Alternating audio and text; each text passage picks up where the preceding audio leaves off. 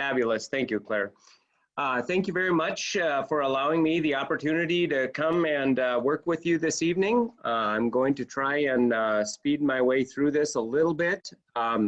As we go along, please provide your questions in the chat box and we can review those later, not only for myself, but my colleagues as well, as we hope to make this event as productive as possible.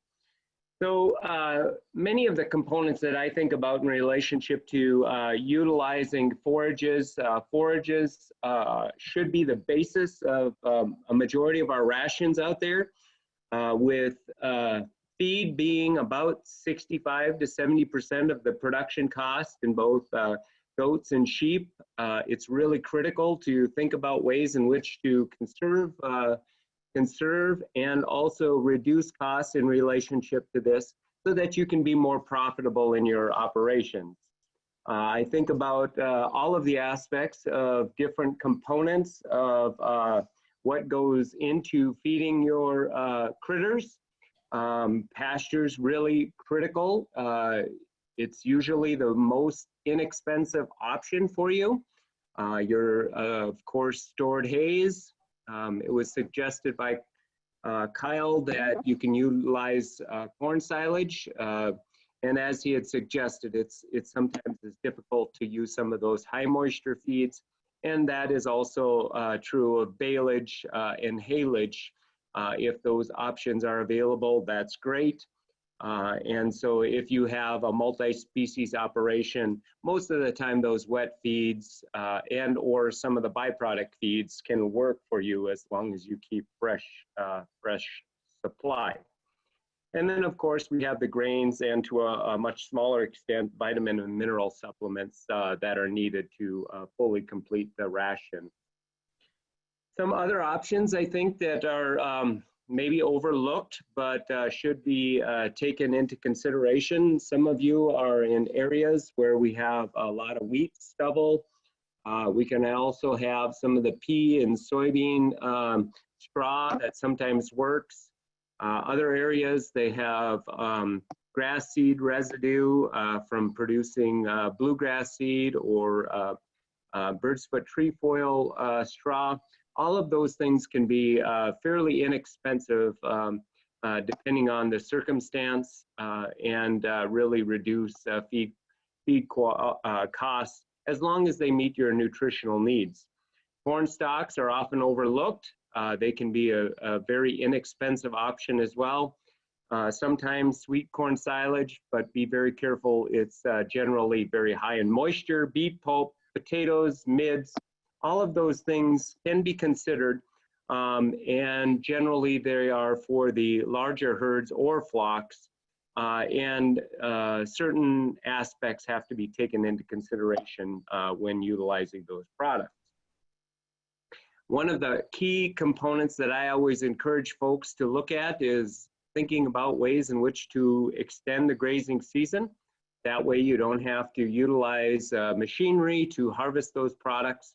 And by utilizing those things, you can significantly reduce the overall feed cost on an annual basis.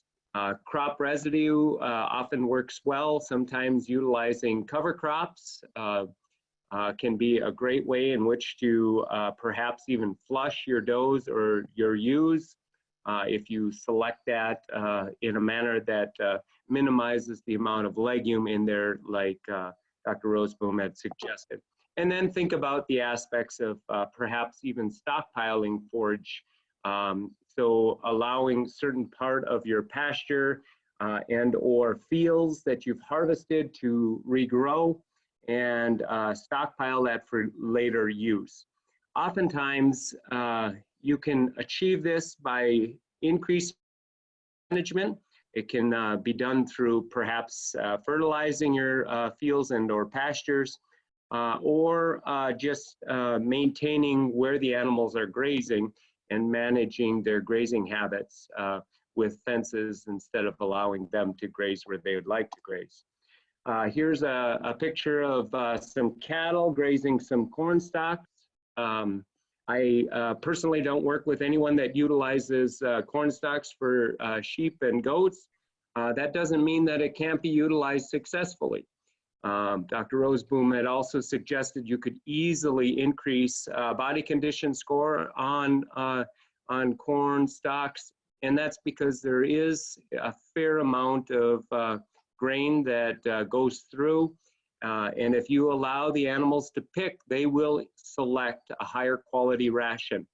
And so shortening their duration on each paddock or pasture as they're grazing corn stalks can really improve the overall nutritional plane that they are consuming.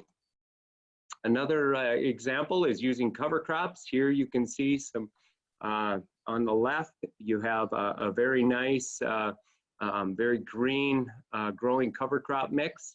On the right, that is basically the same mix, but later on in the season after there's been a frost. Cover crops are great. They're especially good for large ruminant animals. Your does and or also your ewes can utilize these better than lambs or kids because they have much smaller rumens, and with these having a very, very high level of moisture, sometimes it's good to supplement with some drier matter forage while they are grazing this in that process. Here's an example of a couple of pastures that had been stockpiled. These are a fairly inexpensive approach to getting good quality feed to the animals, and could be utilized very well from that perspective. Here's some additional stockpile. You can see that the quality of the forage in the left has gone down as it's gone deeper into its maturity. It's got seed heads, although when grazing multiple species like this particular example, you'll notice that the goats tend to favor that as compared to the sheep that'll be grazing more the aspects of the less mature grasses. On the right, you can see some sheep out grazing forage under the snow. That works just fine as long as the snow doesn't become too compacted, and can also help to extend that grazing season into December and even into January, depending on the scenario. Some of the aspects of utilizing our residues and our forages, we can increase or decrease their use efficiency by how we manage them. And as we look at this table here, we can see a very significant amount of variation from being very poor utilization to very high utilization. And generally speaking, we can increase that utilization to the point where in some cases, perhaps we may even decrease the plane of nutrition to a level that is inadequate. And so we need to think about that so that we are sure that we fully take advantage of those particular products and maintain a high enough quality feed that we're feeding the animals. In this picture here, I'm sure that none of you allow the goats and sheep to give free choice, but it's very unfortunate that that particular lack of feeder usage really does reduce the overall efficiency of use and increase the costs associated with how much it takes to feed them, because so much of the forage becomes soiled and wasted in that manner. So as I suggested, increasing management increases efficiency typically. In this particular picture, you can see cross fencing that the operator is utilizing, so that in that particular case, they are moving the animals from paddock to paddock, allowing some of the grasses to have the opportunity to regrow, so they'll generate more forage and have less time on stored feeds.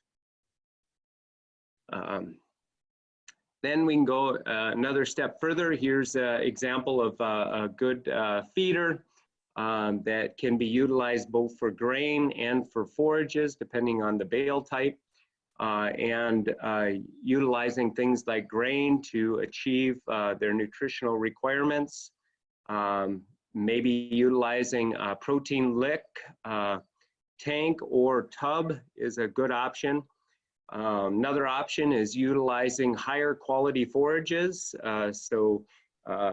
Basically mimicking what their requirement needs are and utilizing higher quality as they get closer and closer to lambing and kidding is a great strategy, as Kyle had described earlier. And another option, depending on the availability of forage and what your forage costs are, in some cases, allowing the animals to select and actually increase their waste is an option, and that can help to get a higher plane of nutrition, similar to when they're out on corn stalks, for example, and allowing them to pick and find better quality forage out there and not force them to clean everything up. Another option out there is if you can do some broadcast seeding into standing corn or interseeding that companion crop or cover crop within that, so that as the corn is harvested and you can see the annual rye growing up nicely in there, so that when the animals are consuming that stubble, they're also consuming a higher quality that will increase their protein intake as well as their energy digestibility from those forages. Next, I'd like to cover some of the storage costs and options or losses. Once you've got that forage in your possession, it's important to think about how much you're going to lose, as that will increase the overall cost. So consider the differences between inside, outside, on a storage pad, in the fields, and or purchasing wrapped forages. So as you look at these three, there's one where it's stored inside, minimizing the impact of snow and water throughout the course of the year, so that significantly reduces the loss. In the picture on the left where these bales are, you can see that it's stored on a ridge, so the water gets away from it, not allowing the bales to soak it up like a sponge. One thing about that particular picture, I wish there was a little bit more space in between the rows, because as those bales touch each other, they don't or aren't allowed to dry out throughout the course of the day. And so there's a rotting of forage that goes on as those bales are touching one another that we need to take into consideration. And then there's a picture of some individually wrapped bales. Generally speaking, I encourage smaller operators, whether it's sheep, goat, or beef, cattle, dairies, to consider using individual wrap bales. The cost to wrap them is a little bit higher, probably to the tune of about $7 to $8 per bale to wrap them. But overall, I suggest that that is a pretty good option, as they tend to ferment better because there's less oxygen in that bale as it's wrapped very tightly and squeezed most of the oxygen out, so it takes less time, therefore producing a higher quality baleage. And then also when you open it, it only gets exposure from the time that you open it until the animals have consumed that bale. So it's an important consideration in relationship to that. In the wintertime, it's not as critical, but in the shoulder seasons, when temperatures get up in the 50 to 60 degrees range, that's when the decomposition occurs. and you may want to try and feed up any wrapped forage in the dead of winter if at all possible. In some data collected up at Grand Rapids here in Minnesota, we do have a very wet climate compared to some of the rest of you where there's less rainfall. There was data collected where we looked at 3 different situations where grass hay was stored inside, outside on crushed gravel, or outside just on the ground. And as you can see, there was a very significant difference in forage loss, anywhere from 8% all the way up to about 23%. So that means if you have 100 bales stored, 25 of them are basically going directly into the manure pile. It's especially important on a year like this when bales are selling for anywhere from $55 to $75 a bale. And so keep that in mind as you are storing your forages. Dr. Roseboom talked about the aspects of stage of production. A couple of other things to consider is environmental conditions that impact probably goats more, but also sheep to that extent. Things like wind speed, their coat condition, if it's wet or dry, the outside temperature, and we need to take these things into consideration so that we are sure to meet their nutritional requirements. As we described earlier, it's important to take a forage sample so we can strategically feed the lower quality feeds earlier in their gestation for the spring lambing and or fall lambing, and we can utilize that in which to actually better provide them the nutritional needs as they are growing and developing their fetuses. We can blend different quality forages in that process if that is necessary or possible. Some of those straws and stalks can be utilized as filler.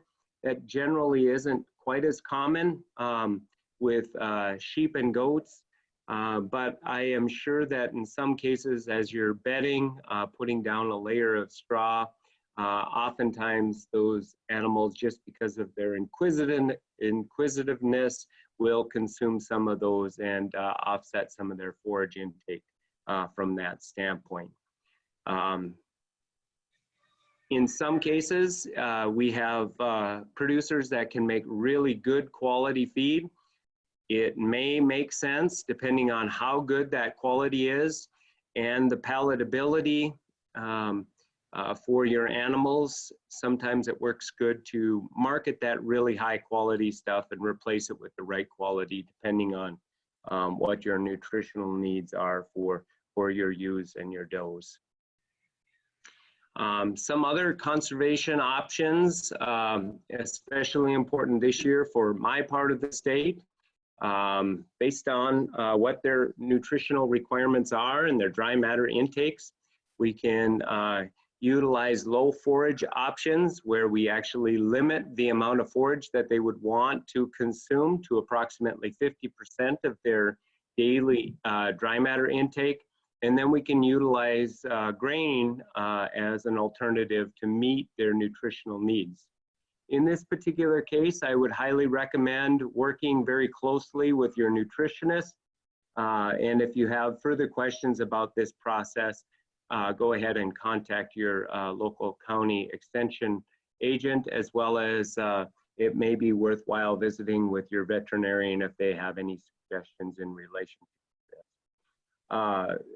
As you do this process, it's critical to also think about bunk space, making sure there's adequate space for all of the does or the ewes to get access to the forage, as well as the grain as it's being supplemented.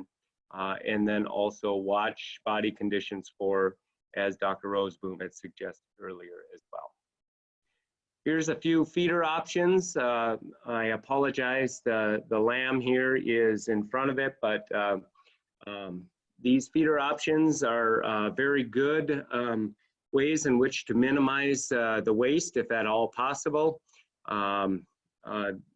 You have to take into consideration, are you feeding a mixed flock and herd at the same time? Some of these work well for that, others do not, based on the fact that some of the meat goats have horns, and that can cause some issue.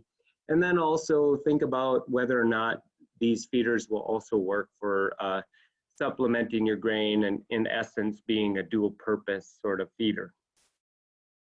Another component, once you have gotten that, those feeders can help to reduce the amount of feed waste. In a study done many years ago at Missouri, they looked at utilizing round bales and square bales in a feeder versus not. And you can see somewhere in the neighborhood of 7 to 9% waste with feeding with a feeder versus 45%, or half of the bale was getting wasted if no feeder was used as it was being provided to the animal. Another interesting study was feeding with a feeder, 5% waste versus providing enough feed to the animals for 1 day versus 2 days and 4 days. And as you offer more and more feed to the animals, a higher and higher percentage of what is offered becomes soiled and wasted, and actually is not ever consumed from that standpoint. Similar to what was suggested earlier in the presentation. One of my colleagues, Nathan Druitz, he compiles information on a bi-weekly basis of one of the hay auctions. I realize that this is a very busy slide, but with that in mind, this year, 2019-2020, you can see that the hay prices were quite high. In this particular case, we are looking at a relative feed value of somewhere in the neighborhood of 100 to 125. I'd call this pretty poor quality forage.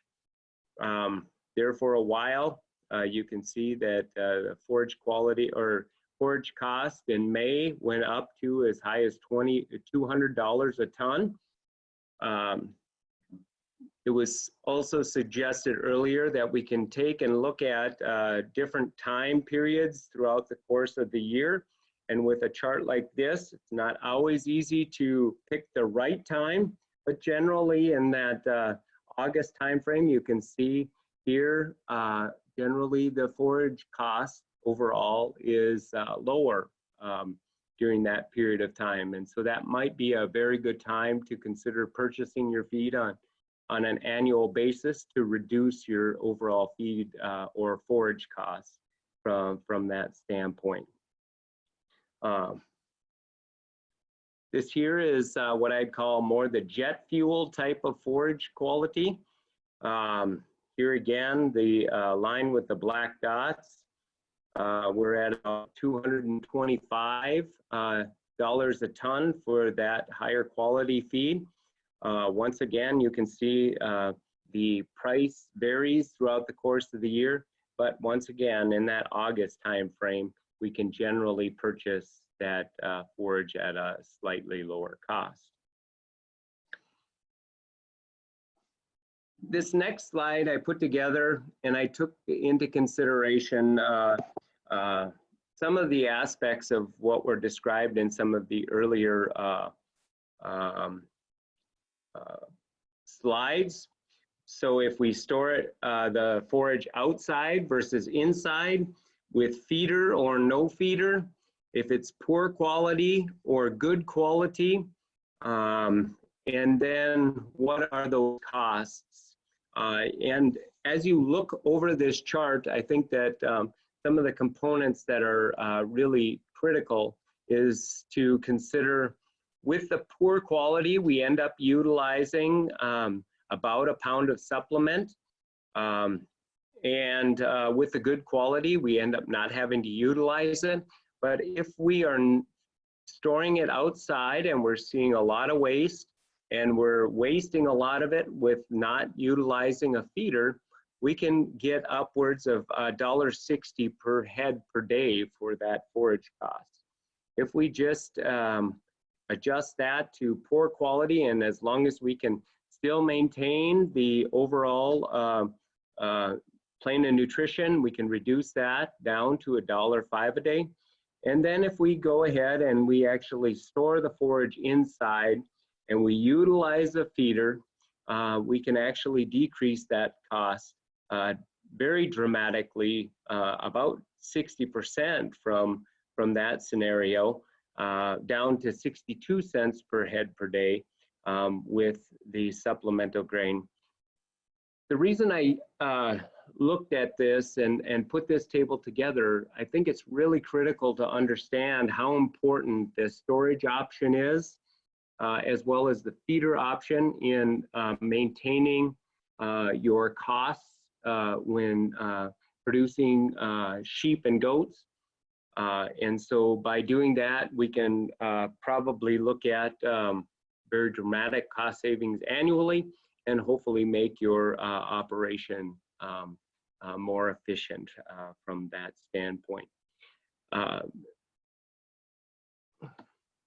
With that in mind, I apologize for taking so long, but I think that there was a lot of really good information that we covered here tonight, and I'd be happy to work with you and hopefully answer some of the questions as well as the other panelists in relationship to the questions you have this evening about these different topics.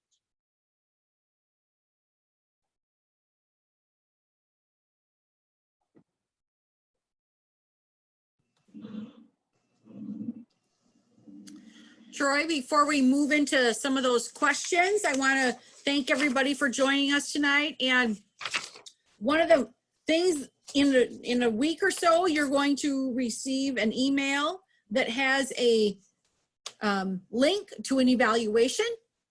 We appreciate it if you would take the time to fill that out. We appreciate your ideas and suggestions to improve future extension programming and modes of educational delivery. And a link of today's discussion will be sent along with that. I believe Claire has another poll for us at this time. And while people are answering the poll, I know, Travis, there was a question about bunk space. So what is the minimum requirement of feet per ewe for the bunk? Thank you.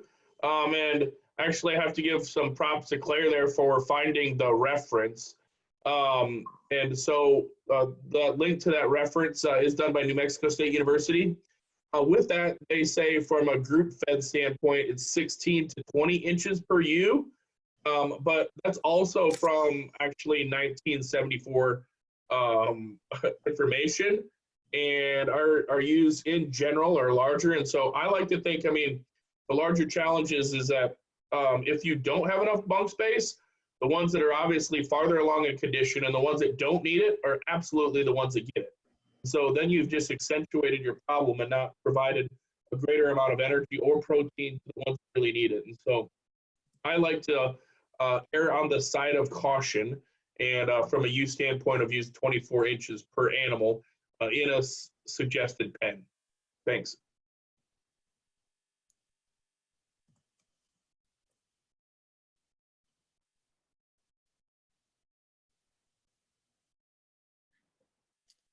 There's a question. I have a hobby in goat and sheep all weathers with body condition of around 2.0. What would be the optimal pounds per head of stored indoor and feed in feeder hay? I have read 4 pounds.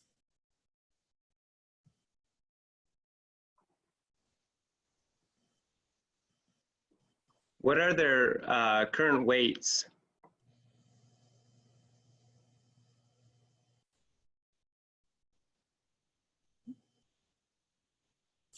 75 to 80 pounds.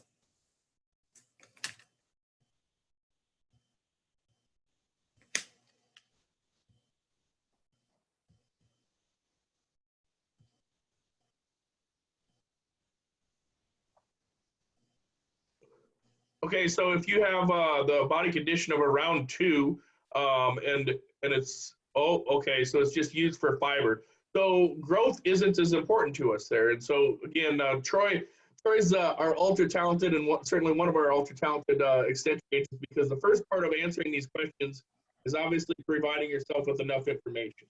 And so the 75 to 80 at 4 pounds of feed should put you close to a maintenance level. I would not expect you to grow very much from that. But I mean, if they're at 2.0 and you wanted to move up, then you could increase that in terms of just overall hay and forage that you were providing. Or as we suggested, there's other options of either using a grain feed stuff or protein supplements that can help you get there with that 4 pounds. So if you're fine with 2 relative to body condition score, that, and obviously they're all weathers, okay, so you don't have to push. Obviously, the whole game that Kyle provided relative to pregnancy and embryo growth and lactation isn't as important here. So I would think that would be certainly a solid spot, and then you can decide if you want to increase it for those animals. But I think the thing to keep in mind relative to fiber is that you don't want to change your diet dramatically at once, because even in sheep and or goats, the nutrition, and if you change that dramatically quickly, it changes actually the fiber diameter, changes the growth, changes the coarseness of those animals, of what fiber they're producing. So if you're going to move it slowly.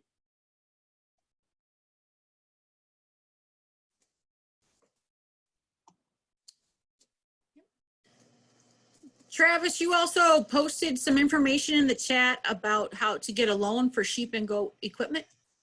Can you tell us a little bit about that? Certainly. So the National Lamb Producers Association has funds that are available. And so some of them are for larger expansions or larger expansions of the herd and or flock. But I just provided that link because oftentimes as we have questions, people want to know where they can identify potential low interest loans, even though in comparison to previous times, we're at a lower interest rate than certainly several decades of some people's lives. But at least there's some options that people can look from, and they help to provide a chance for our people to pay back those loans quickly.